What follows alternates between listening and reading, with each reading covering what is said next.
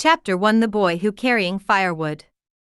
The snow was flying, and countless snowflakes covered the entire Lincoln village with a silver coat.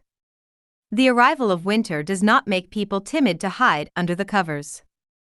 On the contrary, there was a commotion in Lincoln village, and there were sounds of children playing everywhere. On the village trail in Lincoln village, a thin boy with a back firewood walked with trembling legs. Because of his weak body, he had to keep breathing, and the hot breath he exhaled formed a white mist in front of him. An old woman held an axe in her right hand and followed the young man unhurriedly. She looked nervously at the young man walking in front of her, and finally couldn't help but said, "Chiobai, how weak are you? How can I carry such heavy firewood? Why don't I do it myself?" The old woman couldn't bear to see Chiobai working so hard, and the beads of sweat kept falling on her forehead, forming small holes in the ground. Just about to reach out and take the firewood on Chiobai back, Chiobai suddenly quickened his pace, gasped for breath, looked back at the old woman with great difficulty, and said, "Wang. Aunt Wang, it's all right, I can do it." Chiobai quickened his pace, but as a result, the pace became more and more unstable. It seemed that the pace was getting bigger and bigger, but in fact it was shaky. Falling winter snow made the village trails, which were already dirt roads, more difficult to walk. Chiobai feet slipped, and he fell heavily on the ice and snow road. The firewood on his back made his face red and his ears red, and he couldn't breathe well.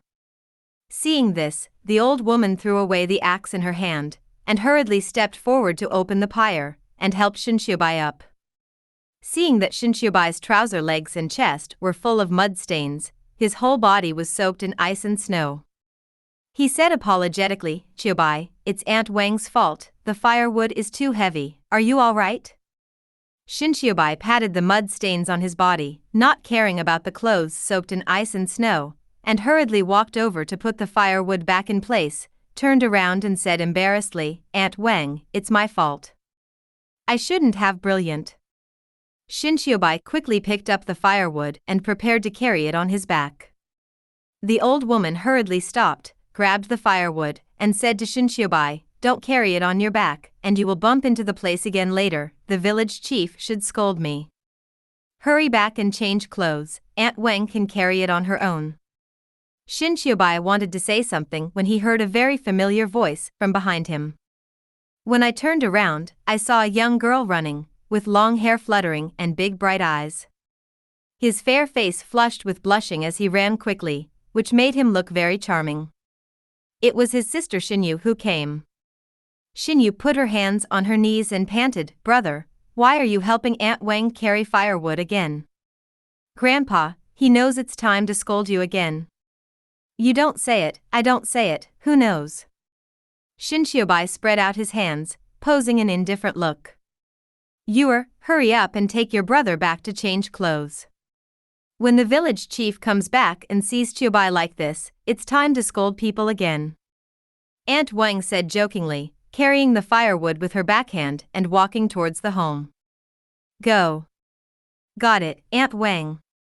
Xinyu nodded with a smile. Seeing that Aunt Wang was faltering, she quickly stepped forward to support her. At the same time, he turned around and shouted to Chiobai, "Brother, I'll take Aunt Wang home first, you hurry back and change your clothes." "Got it," Chiobai said indifferently, and quickly rubbed a snowball or two on the ground and wiped the mud stains on his body, trying to wash off some mud stains with snow water. A gust of breeze blew, although it was a breeze, but under the blessing of the cold winter, it was as piercing as a sharp sword. Blowing on Chiobai's body, he couldn't help shivering, and his body immediately curled up. "Let's go back quickly. The clothes are about to freeze." Chiobai looked at the wet parts of the clothes and began to turn into ice cubes. Although he was well dressed, his body was weak and could not stand the cold wind. Chiobai hurried towards the house, crossing the country lanes. The children around saw Chiobai, who was running and threw snowballs at him with a smile. "Brother Chiobai is so dirty, so dirty.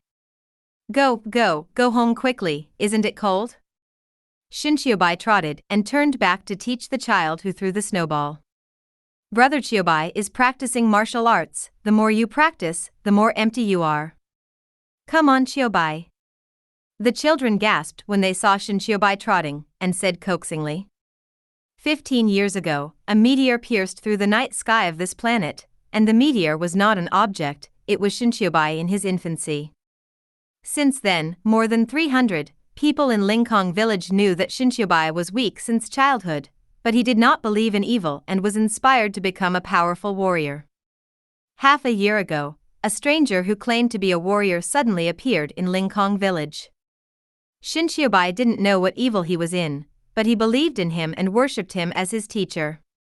But in the past 6 months, Shinshiobai's body has not changed because of cultivation, but it has gotten worse and worse. Even the doctor that his grandfather Shinshin paid a lot of money to find from the city asserted that Shinshiobai would not live to come next summer.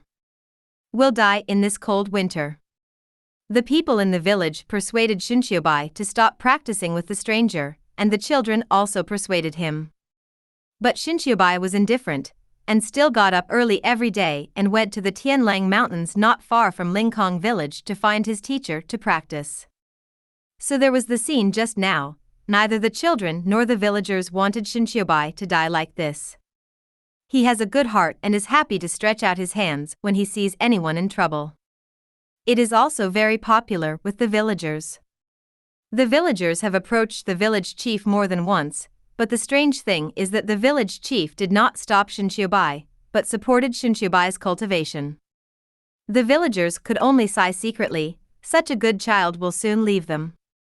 Shinshiobai trotted to the door of the house and stopped, recovered a little, carefully pushed the door in, stuck out his head furtively, and whispered, "Grandpa?" Shinshiobai looked at the courtyard inside the door, and then to see if there was any movement in Grandpa's room.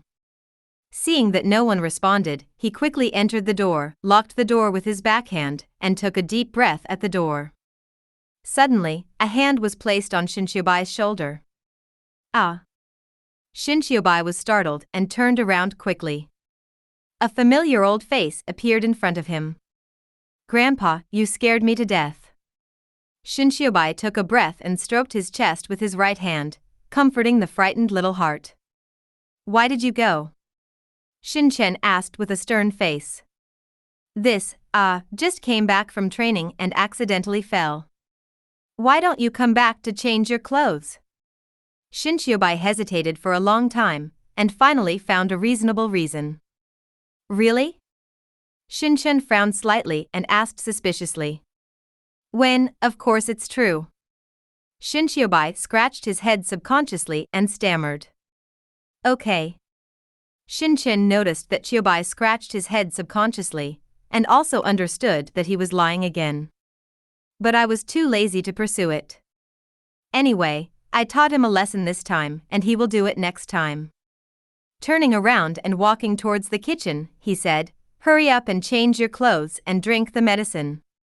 Shinshiobai breathed a sigh of relief and finally concealed it, walked quickly towards his own room, opened the door and responded, "Got it. The teacher said that I can start improving my body soon." Shinshiobai skillfully found out the clothes to change, while recalling what the teacher told him before returning to the village. "Ha ha ha, after practicing for so long, I'm finally going to break through the body tempering realm. I'm really looking forward to it." This world's martial arts realm is divided into 10 realms, namely, Gathering Spirit Realm, Body Tempering Realm, Earth Splitting Realm, Breaking Heaven Realm, Xiantian Realm, Lingkong Realm, King Realm, Emperor Realm, and God Realm. The current Shinshiobai is at the 9th rank of the Spirit Gathering Realm, but because he is naturally weak, his strength is much worse than that of the average Spirit Gathering Realm martial artist, and he also lacks the spiritual energy pool that the Spirit Gathering Realm should have. The spiritual force pool is where the warriors store the spiritual energy between heaven and earth, and the spiritual force pool exists in the body of each warrior. The size of the spiritual force pool determines the strength of the warrior and who has more stamina in battle. Shinshiobai quickly changed his clothes, pushed open the door and came out to see Shinshin standing in front of Shinshiobai's room with a bowl of medicine. The bowl of medicine was brown, and people knew at a glance that the medicine must be bitter. Shinshiyobai pointed at the medicine and said with some embarrassment, "Grandpa, can I not drink it?" "Hurry up." Shinshin suddenly got angry and yelled loudly. Shinshiyobai was frightened by his grandfather's voice, so he hurriedly picked up the bowl and drank it all in one breath, so that he didn't even feel how bitter the medicine was. "Grandpa, is there anything else? I'll go back to the room to continue practicing." Shinshiyobai wiped the remaining medicinal liquid on his mouth with his sleeve, and was about to close the door and go back to the room. "Come out, Grandpa will talk to you about what you've been asking about." Shinshin pointed to the table in the yard and motioned for Shinshiyobai to sit there. Turning around and walking towards the kitchen, he put down the medicine bowl. "Really?" Shinshiyobai looked excited, hurried to the table in the yard, found 2 stools, and hurriedly sat down. Shinshin walked out of the kitchen slowly, sat on the stool that Shinshiyobai had already set up, and said, "You were adopted by me since you were a child. You already knew about this, right?" Shinshiyobai nodded. As early as when he was sensible, Sister Ueshi in the east of the village told him that he was picked up in the forest east of the village. Shinshin took out a very dilapidated necklace from his arms. The necklace was very slender as a whole, with a very rare blue ore inlaid in the center.